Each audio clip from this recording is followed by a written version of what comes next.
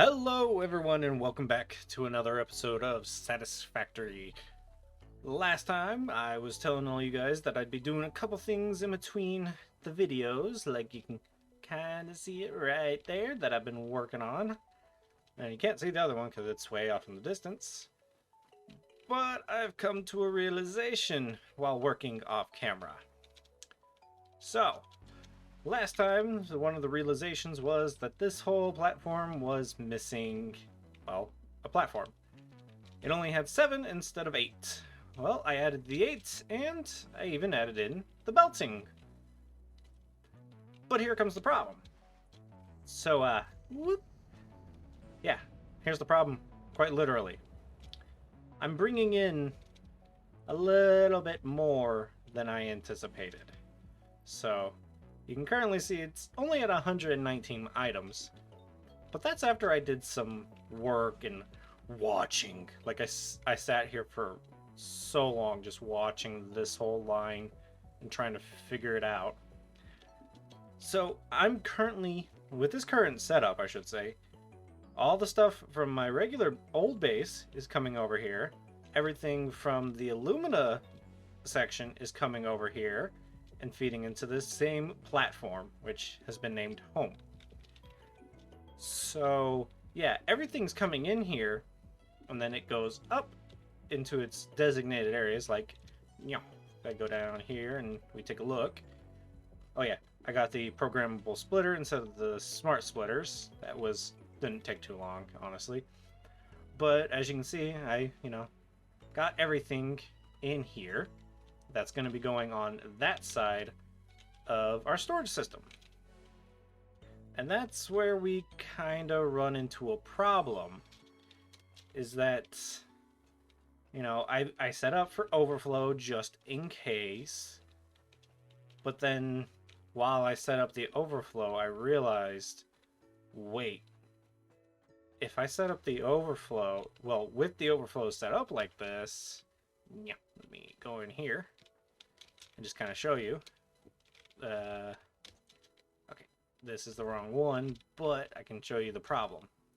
Essentially, when this belt line will fill up, and when these belt lines fill up, this has to be specified, it says any, but when this belt line fills up, everything has to be able to pass through and down to the overflow.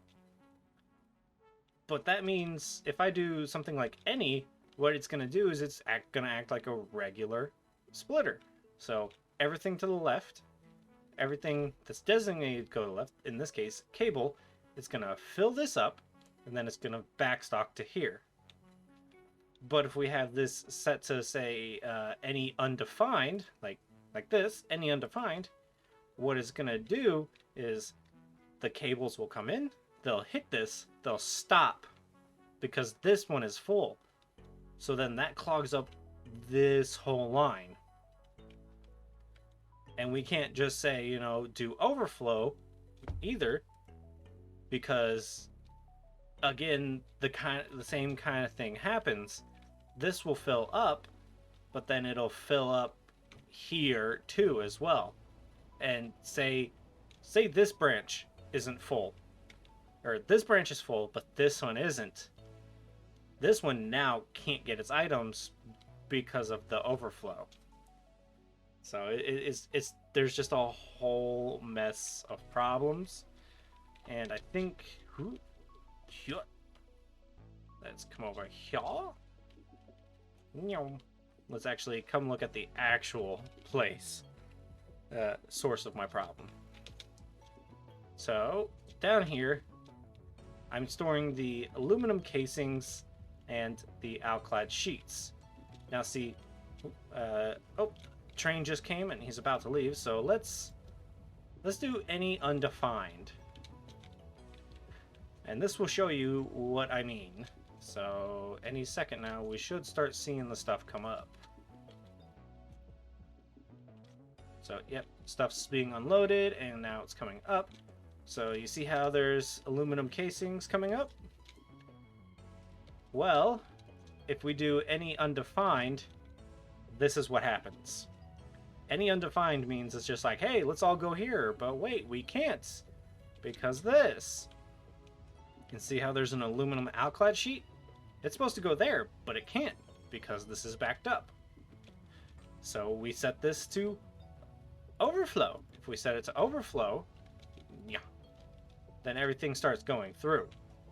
Now, this is also currently full, but that's because I moved things. And this is set to overflow, so that's why this is working right here. So it just lets everything through on overflow.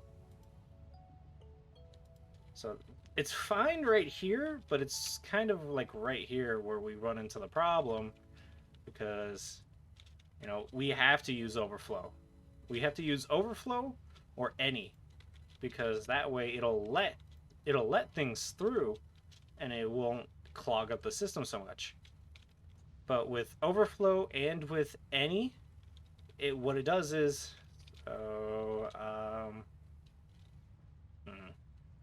trying to think of a way to show you this, but I really can't because I only have the two types of items coming through. So with overflow and any, what it does is it acts like a normal splitter, and so if this line backs up like this, you know, the overflow will pass through, but if it's on any, then switch it back. If it's on any, it'll split it half and half. So half will go this way, half will go that way. And that just means, hey, I've got more overflow. So basically, I'm just making stuff back at there just to sink it right here. Or, well, right below me. I'm sinking it right there instead of sinking it at the source, which kind of sucks and kind of slows down the process as well. But if I do set everything on overflow, it'll be fine, or set it on any, I guess, it'll be okay. But the solution for right here is to set all these in the middle as overflow. And that solves the clogging up of specific materials back here. But then the problem becomes down here when we get the trains. So I've already set it to where the trains, let me get out the way so it doesn't try to crush me. I've already set the trains station up correctly so that god damn it. So that when a train is on here, it will not let another train in, and that's fine. The problem becomes is now that... Did you go away? Stop up. Okay. Now this has items in here, and it's going to try to output all of those. And you can see it's bringing 115 items. So if we try to bring in another 2 set of items, that number is going to jump up exponentially, depending on how many items, you know, we have. Of course, there's the solution of me bringing all my current backstock and just putting up there manually, which is something I'm going to have to do. But in the end, you know, hey, look, all that overflow. I mean, it gets us tickets, and we're going to need a lot of tickets eventually. Currently sitting at 31. But either way, we have now 3 items that are going to be coming through this, and these belts can only handle up to 480 resources. And so it gets a problem to where too many items trying to come out and into the same line. So, yeah. Basically, what I'm kind of going to have to do is make another train station. I have to make a train station specifically for the aluminum alclad sheets and the aluminum casings, and have it like run either next to or underneath this one. I'm thinking underneath because I really don't want to move this guy, just because I don't. He's big, imposing, and I like it being right here. But yeah, that puts a Puts a problem in, I have to now work underneath here, another train station, and then I gotta hook up that train station to this filter. So this one right here, because that's where the aluminum outclad sheets are going. So yeah, I get to build a whole new train station, and I have to build another circly-majig. You know, it's just fun. So, hey, look, he's already coming back. Just in the time I've been talking to you guys, he's already on his way back.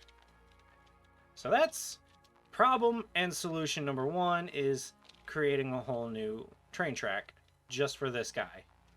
It's actually kind of a good thing that he's coming back, because now I can ride him back to the aluminum station, where I can show you problem number 2. I was not holding any keys just then. I was literally just running. Like, my character just said, I want to run off the edge. Alright. I will catch you guys when I'm over at the alumina station. So, be right back. Here we are. We're at the aluminum station. So yeah, my other problem deals with what we found out in the last episode, and it's a lot worse than what I initially thought. So, in the last episode, we found out that, stupid belt, that this guy right here, this one, was not running at peak efficiency. It's now working a lot closer to peak efficiency, because I did do a little bit of kershuffling to kind of get it working right. So all I simply did was, or all I simply did was, I took a splitter off from this one, which has, you know, what is it, eight constructors, and I just said split and then send it onto this one, and then we're done. And that did what it needed to do. It filled up this whole line to the point where, like, every now and again, as you can see, it overflows and sinks. So this is now running at close to peak efficiency. Oh wait, it's at peak efficiency. Yay! But then, you know, looking into it a little bit more, you can see every now and again these lights, they go yellow. Yeah, see, 3 of them are on yellow now. So I kind of looked into what's going on with that. This one's running just fine now, but that's because this one's pretty much its own dedicated, like, line. It's a 1-to-1-to-1, really. So this one's working just fine, but it's these 3 which kind of share connections with other ones that it gets a little bit wonky. See, 20% efficiency, 20% efficiency, and 50% efficiency. Yeah. So unfortunately, it's looking like water is our issue. We're filling up on water here, and it's just causing a whole backstuffing issue of water. So what I had before was I had the water coming down, and then I would limit how much water could go through each of these pipes and yada yada yada. But now, as you can see, as I just showed you, there's no limit. The valves are not being limited down here. They're just doing this to control the flow. So it all is flowing this way instead of flowing both ways. But then I think it's going to here. So all this water that's coming from those guys gets recycled, and it goes down here, so I can go under these pipes, and goes under those pipes, comes up, and comes into this line right here. This line then feeds to all of the pumps above. This one line feeds into 1, 2, 3, 4 pumps. It feeds into 4, not pumps, refineries? Yes, it feeds into 4 refineries. But it's limiting how much can go into each one, so This one limits 390 to this line. This line, then it sends 90 up this way and then 300 this way. At least that's what it's supposed to do. And then it's supposed to send, what is it? 180 up into this one and then 180 on. And so on and so forth. Like this one's supposed to send 120, so this one's getting 60. Why is this one getting 60? What are you at? What are you? Hang on. Did I just find my issue? Hang on. How much do you need? You need 180 things of water. Wow. And this is sending on 120. Okay. Issues abound. So 390. I think I found my issue, guys. I was looking at this for so long and did not see my issue before, but I think I see it now. Hang on. Let's go up here. Damn it. Okay. So you're producing 120 water per minute. You're 120, and 30. So yeah, 390. These guys are producing 390 water per minute. I don't know why I went down. I can just go this way. It's easier. So that water is being cycled into these 3 or 4. You need 90 water. Thank you, autosave.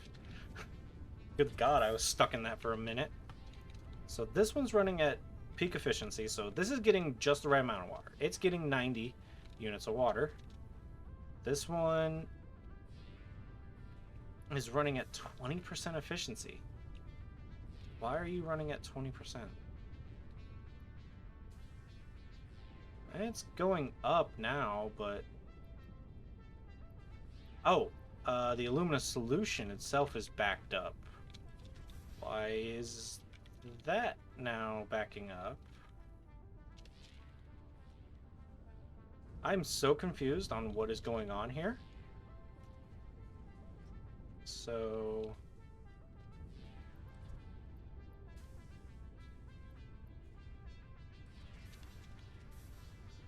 what is going on? So essentially what our problem is there's a backup of water, which then causes a backup of the alumina solution, which causes a backup of water, which causes a backup of alumina solution. It's just this 1-to-1 ratio that is working perfectly. It's just this one. Oh my God. Because this is producing 120. This should be producing 240 alumina solution per minute. This uses 240 per minute and produces 120.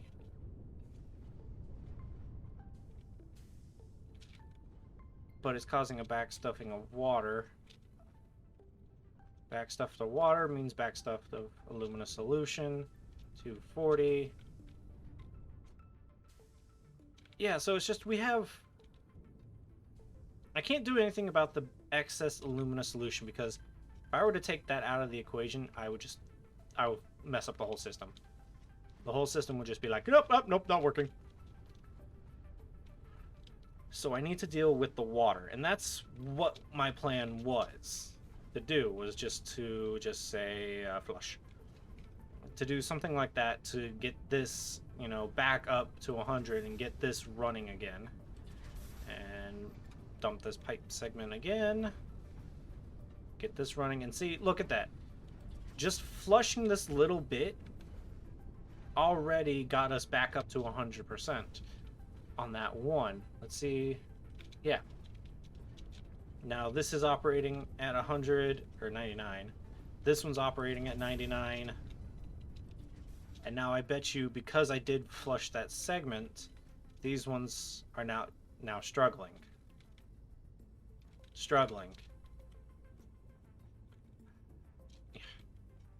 Now these are operating... Mm-hmm. Mm-hmm. How are you doing? So yeah, essentially what it boils down to is the water from these guys are causing a problem into these guys, which then cause a problem into these guys, which then it just happens over and over and over again. So I need a solution, and the only solution I can think of is to sink, get it? Sink the water. So, but you can't just, hook a pipe straight into the sink because you can't. Like, you can't. It only allows for items to go in. So, what I'm going to have to do instead is I'm going to have to turn this water into an item and then sink it. And you can do that. That is the wrong thing. It's just you have to make it into packaged water. Packaged water needs water and casings. And these casings need plastic, which means oil resources.